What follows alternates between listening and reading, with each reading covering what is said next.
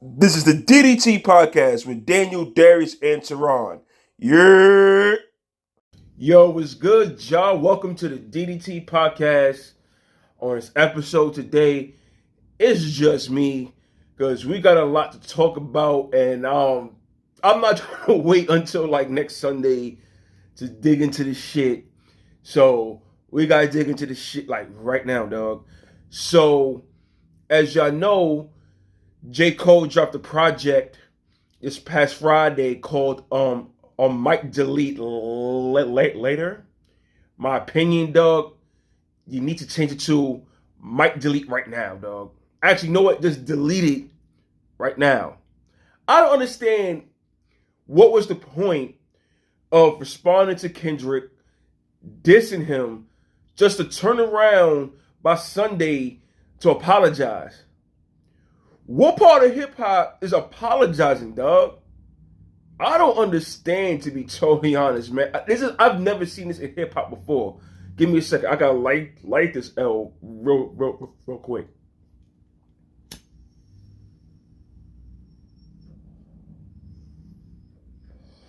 Like, if Drake dissed Kendrick and then 2 days later apologized to Kendrick, means we get slayed. Like right now, J. Cole's getting slayed for apologizing. This is why I'm thinking maybe it was best that you just waited and fell back, dog. Because like, now I'm looking at the title of the project, Might Delete Later. And it's like, so when you recorded this shit, you already had doubts. So my thing is, maybe you should have just sat on it for a little bit and not just drop shit. Same way Drake hasn't dropped anything at all. He waiting. Which is crazy to me that Drake is getting killed for waiting. Now Drake looks like a genius for waiting. Because this Friday coming up, Future's second project is coming out. So realistically, it didn't make any sense to respond before the second one came out, because honestly, we don't know what's on the second project. Some more dishes could be on the way on that project. Who knows whether or not like Rick Ross is dissing on there or Travis Scott is dissing. Hell, there might even be another Kendrick verse on there. So actually, it was smart to wait until everybody that's hating on Drake being twisted, oh, he ain't respond, chill the fuck out.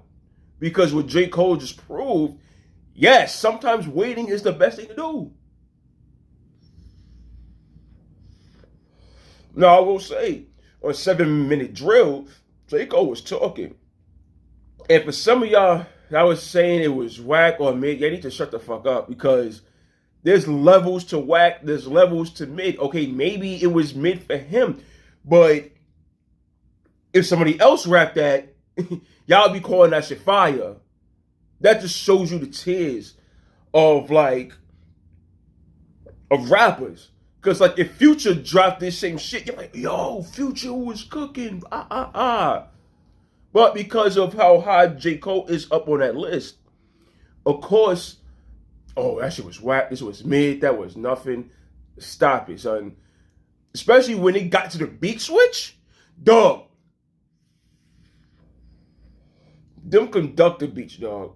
That shit got real grimy on the second half, dog. I was like, hold on. Like, I kid you not, like, I fucked with the first half of 7-Minute Drill.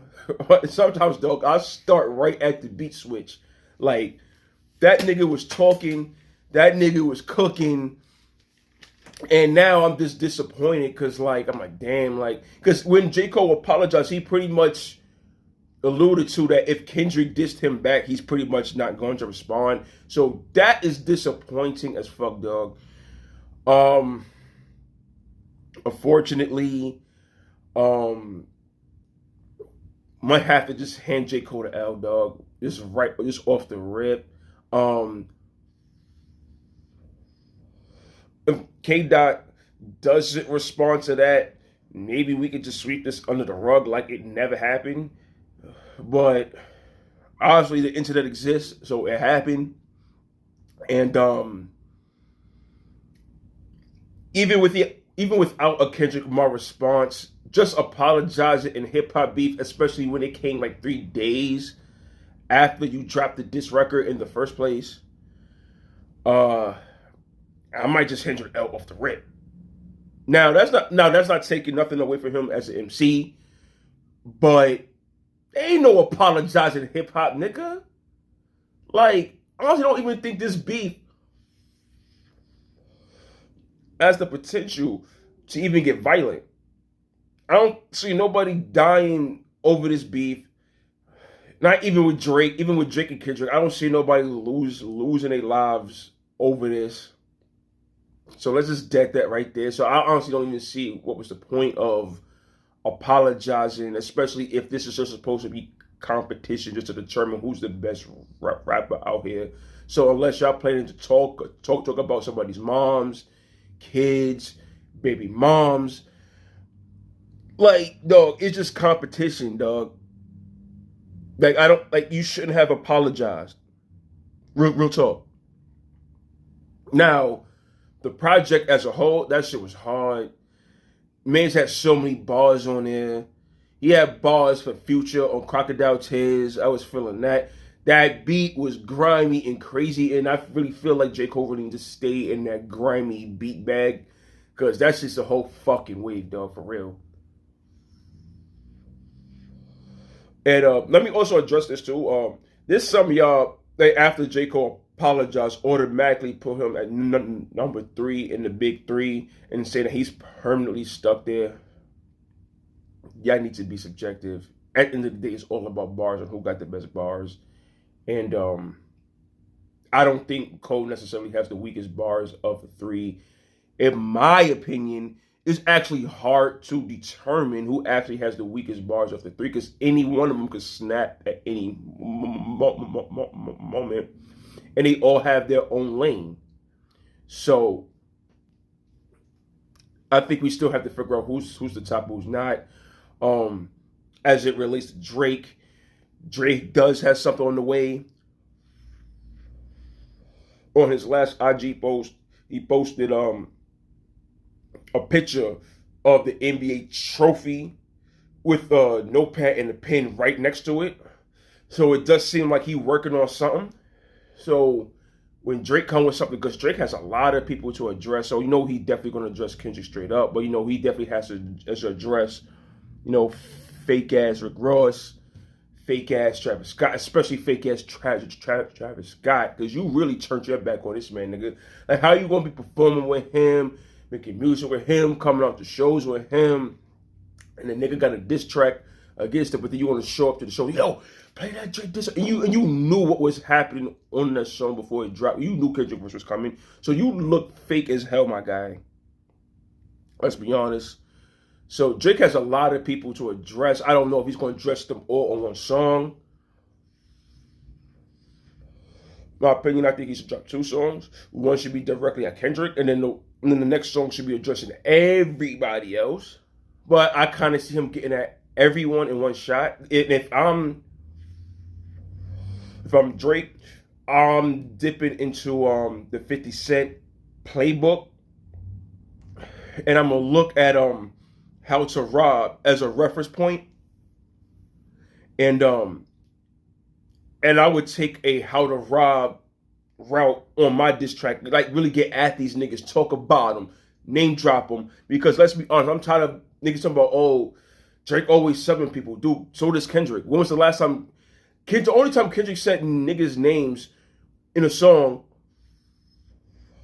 was in The Control. Even then, he grouped everyone in together.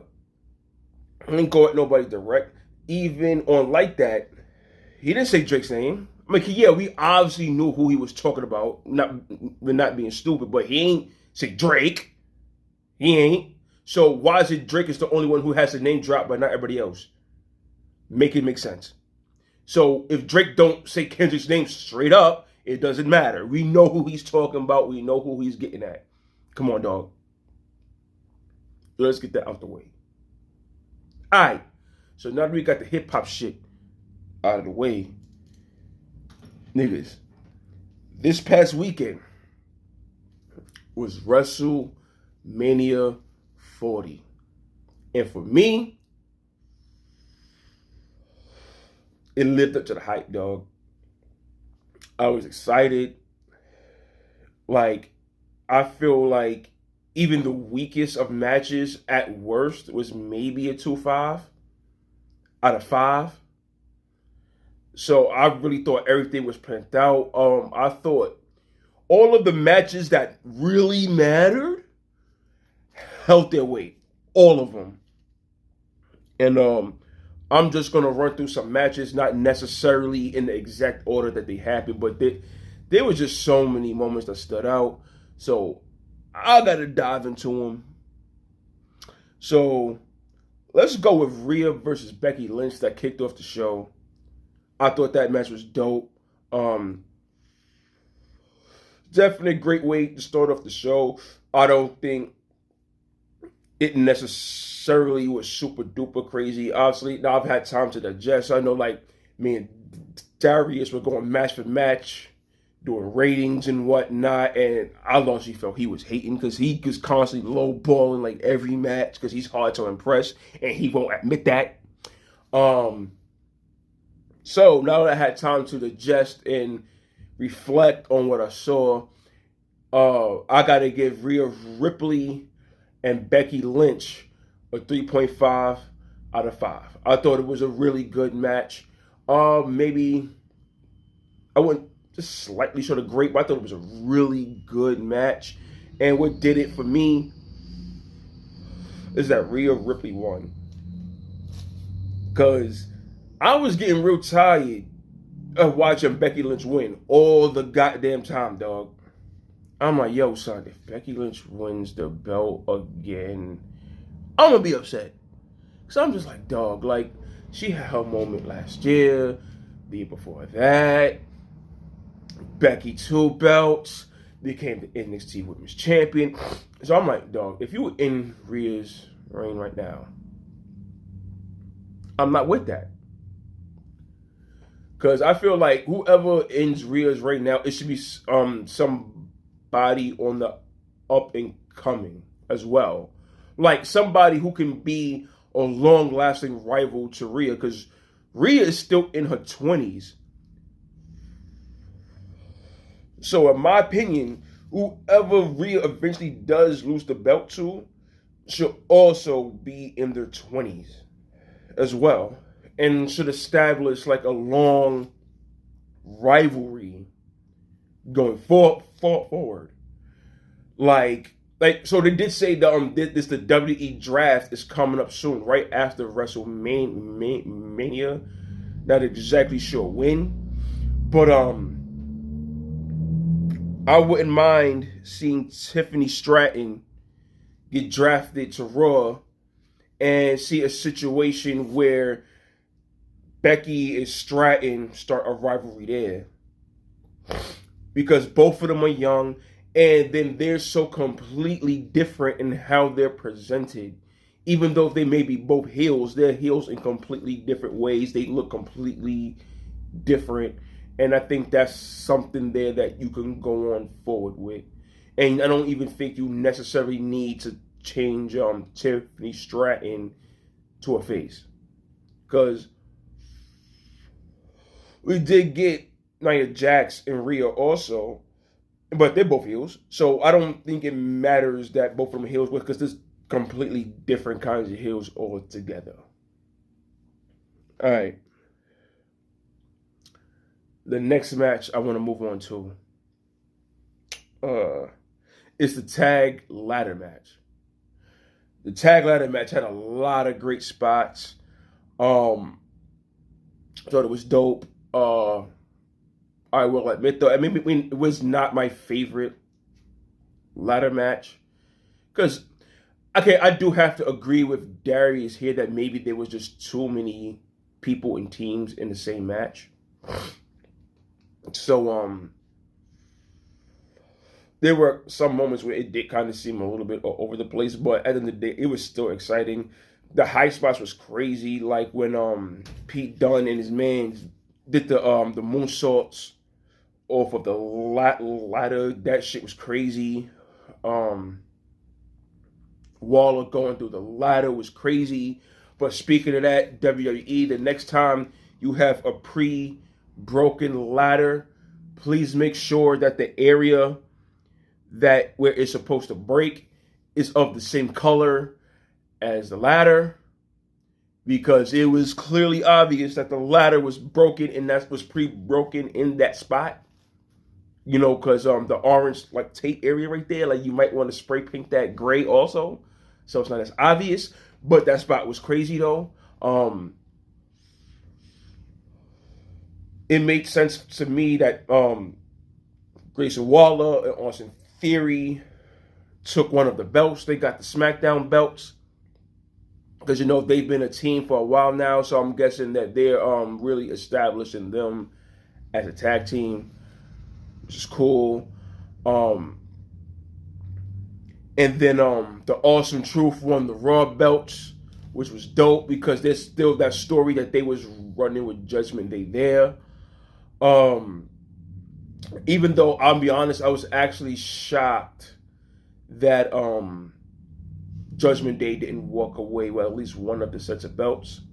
But looking later on, it made sense, but we'll touch on that later on, right? So I think at the time I gave the ladder match a 4. Upon recollection, I think I'm going to give it the same rating as Rhea Ripley and Becky Lynch. I'm going to also give that a 3.5 as well. I thought it was a really good match, but in the grand schemes of ladder matches and ones I've seen prior, it was a 3.5. You see here, checking out the notes, make sure I don't skip nothing. Jay versus Jimmy.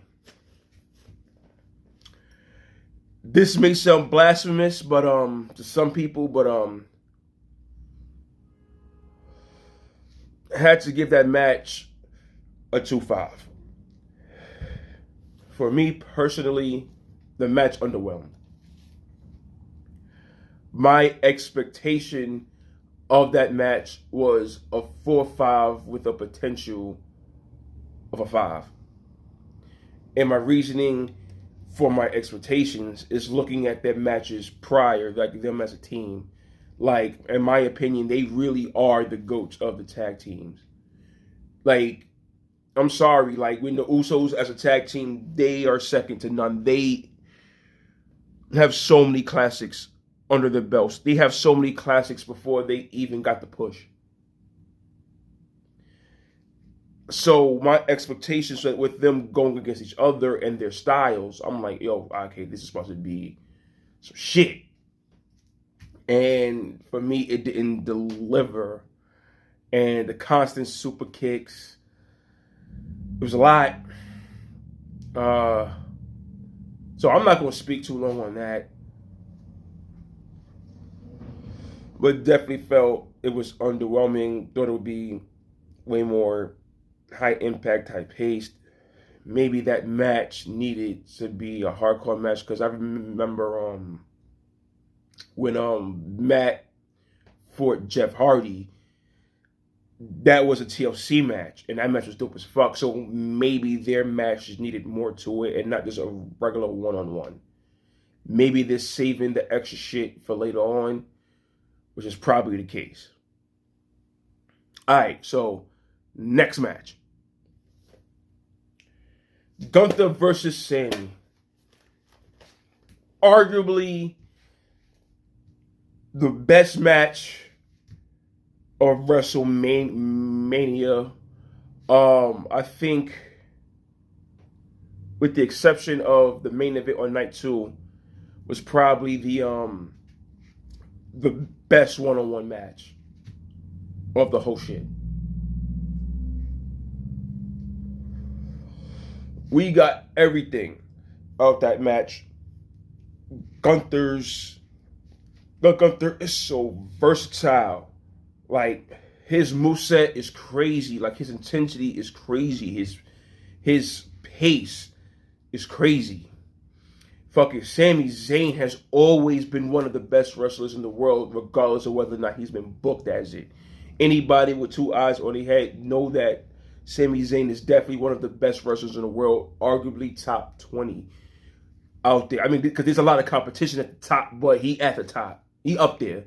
So them two in the match was just fucking dope, and I'm just so glad that Sami got his moment. Only not his moment should have been last year. Gable should have had it this year, and I already see what's possibly going to happen is that like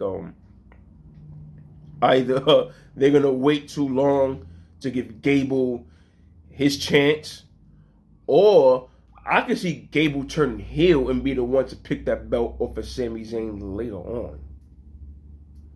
I actually think that's more likely right there. And we may get that at SummerSlam or something. But only not on Gunther though. My mans, stay off the top rope. Stay off the top rope, dog. Them splashes you was doing from the top rope was just fucking trash, my guy. Like, I've never seen weaker splashes in my life. It was like every time he jumped off the top rope, it was like he was scared to get hurt. If you're scared to get hurt, then just don't go up there. Those top rope spots was unnecessary. And I'm gonna be honest with you, the only reason I'm not giving that match a 5 is literally because of those spots. Only because it was kind of jarring in that sense. But for a 5, it's still great. Definitely, arguably the best match of all of WrestleMania. And I really mean arguably. Next match. Naomi, Jade Cargill, and Bianca Belair versus Damage Control. The rating I get for that match is a 3. Reason I give the match a 3 is not because I don't think the match was good, but it felt like a match I would watch on SmackDown. It made me wonder why they didn't just get this match on SmackDown. If anything, the women's tag belts should have been on a lot of that match, and maybe Jade Cargill should have been maybe on the apron, and Dakota Kai on the other side, and then you did that, and then have Jade Cargill get her moment at the end and just squash them. So, I mean, I thought it was a good match. Not a great match, but, you know, probably could have left that for SmackDown. We're probably going to get that again on SmackDown, probably to prove my point. So, next match. Rey Mysterio and Andrade versus Santos Escobar. And, for some fucking reason, I can't remember the other nigga in the fucking match, and I feel like it's going to hit me. I'm going to feel like, wow, I'm an asshole. That match was good. Oh, Dominic was still... Wow! I apologize. Like, my memory... I'm high. Fucking... Santos Escobar and Dominic Mysterio versus Andrade and Rey. I give that match a 3.5. Almost gave the match a 4. I hated the ending. I was not a fan of the football players like Jason Kelsey and them coming in and getting involved in the finish of the match. I thought the match was a 4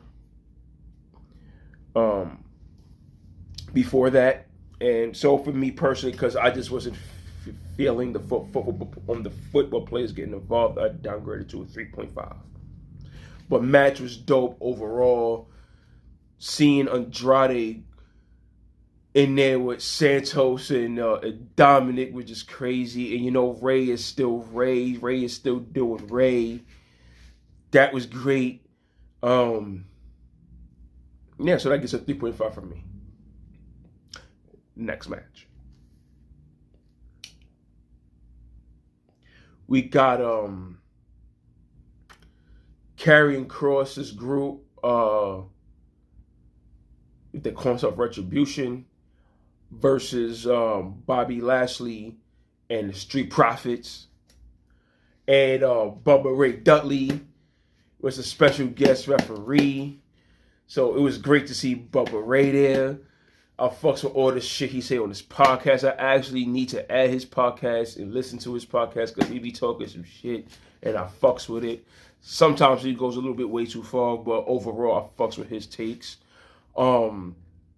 Especially with it being in Philly, ECW, so it was appropriate to see him out there. The match overall was just really good. I'm giving the match a 4. I'm giving a 4 especially because of the botch at the very end with the ladder and how just like they set up the ladder, put Kross on there, and the ladder just fell and just broke. I'm just like, wow, that was a fuck up. But it was a funny fuck up. And like, obviously nobody got hurt. So they had to go and redo the spot all over again. And then I feel like Barrio was fucked up because I'm like, nigga, lock them legs. Lock the legs on that table, dog. Don't let that shit happen twice, dog. Fucking that shit was dope. It was action packed. I like that action in there. Like they was wilding. Yeah. That's a 4 for me. Now we gotta get to night 2. This shit was good. So personally for me, night 2 was just bananas. Wait. I'm sorry, dogs. Wow. It's the weed. It's definitely the weed. I'm bugging right now, son. The conclusion of night 1. My guy, the People's Champion, with the People's Championship Brahma Bull belt that I need to drop that bread on to get a replica, picked up the W over Cody Rhodes. The way he smacked Cody Rhodes with that belt, hit that man with the spear, came in with the People's Elbow, Bob picked up the 1, 2, 3. Yes. My guy out there, he still looked good. I felt that the match moved at just the right pace where he wasn't gassed. He didn't get injured. He even took the high spot getting put through a table. I was like, oh shit. Nah, son, they disrespected my boy. How you gonna put my boy through a table? But he took that spot. He looked good out there. They moved at the right pace. Props to Seth Rollins, props to Cody Rhodes, and props to Roman Reigns, of course, for pretty much managing the pace of the match to make sure he looked good, and props to The Rock for putting in the preparation, and having the stamina, and and putting on a good show. Props for everything he did leading up. Coming back, joining the board, them promos, fucking, the whole shit's been hot. That match for me, I'm giving it a 5. And I don't want to hear no bullshit about, how's that match a 5? Bro, storytelling is part of the match too, dog. Like, the storytelling in the match was top tier, dog. The storytelling leading up to the match was top tier, dog. I'm sorry. The pace of the match was appropriate. The Rock looked good. Everybody else was doing up like they proved they're the best wrestlers in the world. That was a 5. Sorry. I enjoyed the fuck out of that. I went to bed happy. I was satisfied. For me, 5 is excellent / satisfaction. That's what that means to me. Now, we can move on to night 2.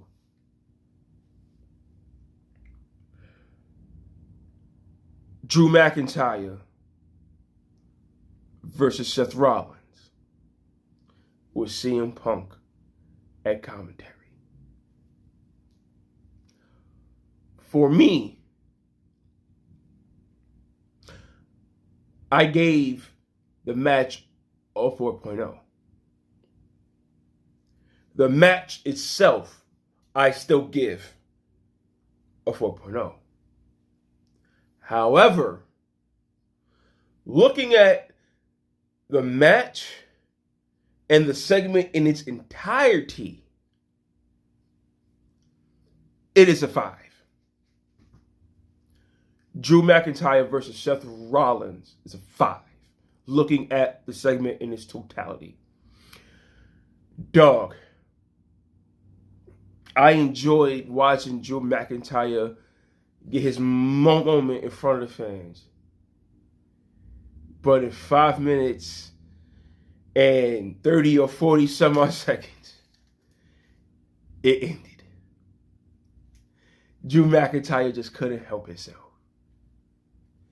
Miz had to go take the belt, hop on the table, get in CM Punk's face, put the belt right in Punk's face. Yeah, son, my moment. Look at this belt. Look at you. I'm gonna soak this in. Talking hella smack. Then he goes and stands up, flashes belt.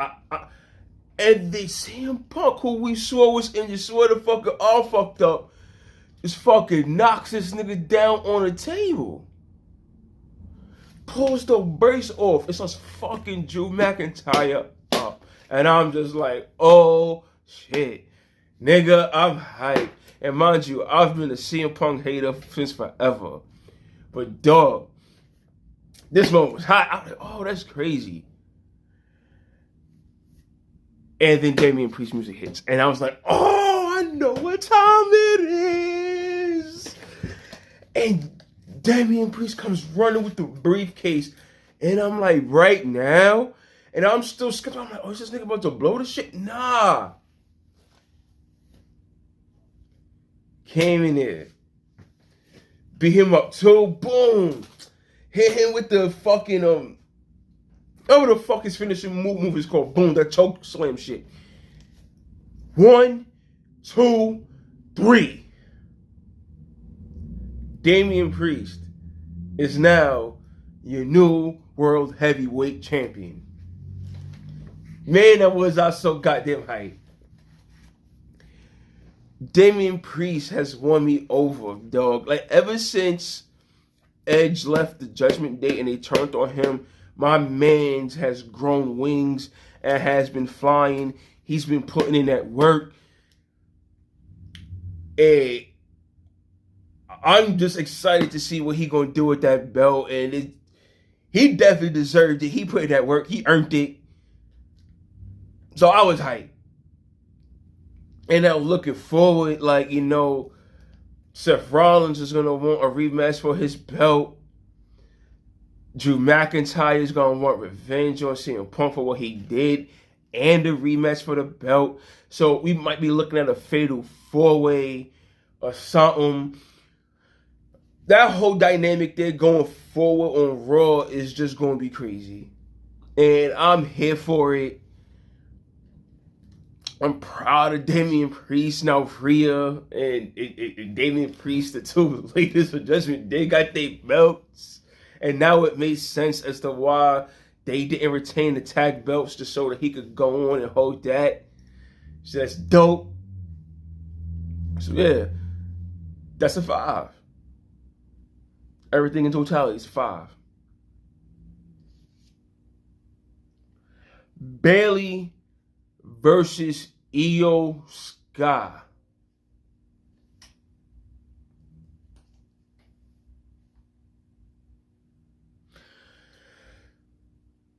Five. Some people may think I'm gassing it. Not me, man. I don't give a fuck, dog. Y'all can argue with yourself. It's a 5 for me, dog. Son, Io Scott and Bailey tore it the fuck down, dog. Io Scott is fucking nasty, dog. Fucking standing Muso. Bang. Goes to the first rope. Muso. Bang. Gets up. Hops on the second rope. Muso. Bang. Got up there for that third one with Bailey. Got the knees on. Bop. Went. Finished it. Crazy. Everything that happened before that. But then the way she fucking hopped out of Bailey's finisher was just crazy. But this the only get caught later. Oh, yo. Bailey deserved it. Io Scott, thank you. Like, just watching you there, you have now fully won me. Like, I always knew you was nice, but now I know you nice. Oscar, nice. Like, Kyrie say nice. Yo, these girls is nice.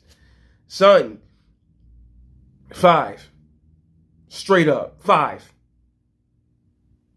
Next match. Randy Orton, Kevin Owens, Paul Logan. I'm giving that a 4. Personally, I think night 2 edges out night 1. But either way, it was all good. That's a 4 for me. I thought the match was entertaining. Logan Paul keeps impressing me. For a guy who came in with no wrestling experience whatsoever to be doing what he's doing, I'm impressed. That match was great. However, I was disappointed that Kevin Owens didn't win. I was hoping that he won, especially when Sami Zayn was holding the Intercontinental belt. It was like, yo, bro, it's your turn. But to see that it's not his turn, it kind of hurt. But great match overall, nonetheless. And I'm probably missing a match, but whatever. Roman Reigns versus Cody Rhodes. Let's just jump into the coup de grace. The main event. What we all been looking for. To see whether or not Cody Rhodes was going to finish the story.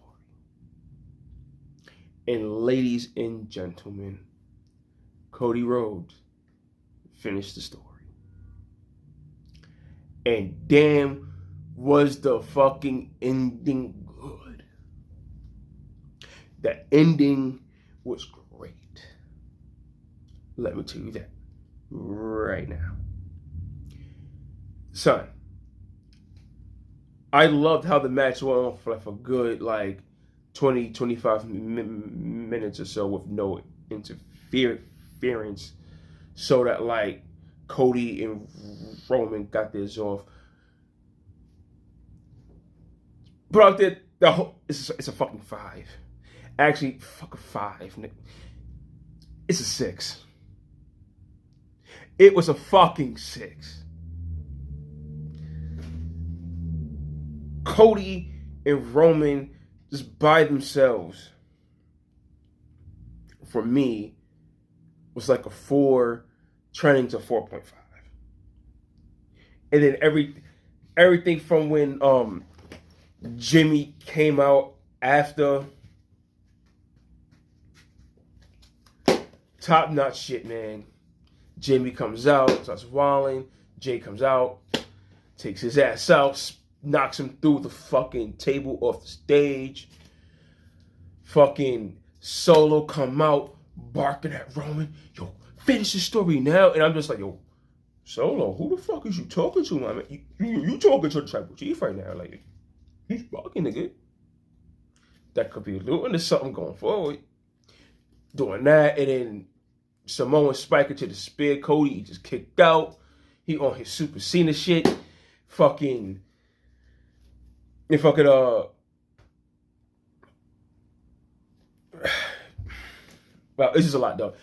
It's Solo could take it out, boom. Come rock, boom. Seth Rollins, boom. I'm bugging. So, no, sorry. I'm bugging, dog. I'm bugging. John Cena, come on, boom, takes out,